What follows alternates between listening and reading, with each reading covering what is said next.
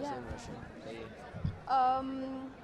Good evening. My name is Diya Aamir, and I was the chair for soccer. I would like to begin off by saying to see such well organized model UN conferences being held in the Twin Cities is honestly something really appreciative, especially for someone who is really passionate about debates. I believe the credit for this goes to the host team, the executive council, and obviously to the school management.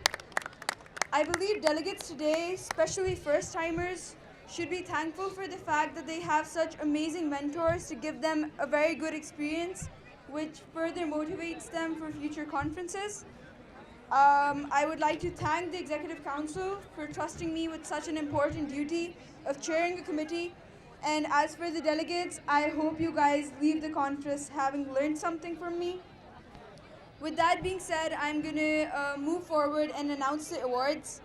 I would like to give the first award for outstanding diplomacy to the delegate of the United States of America.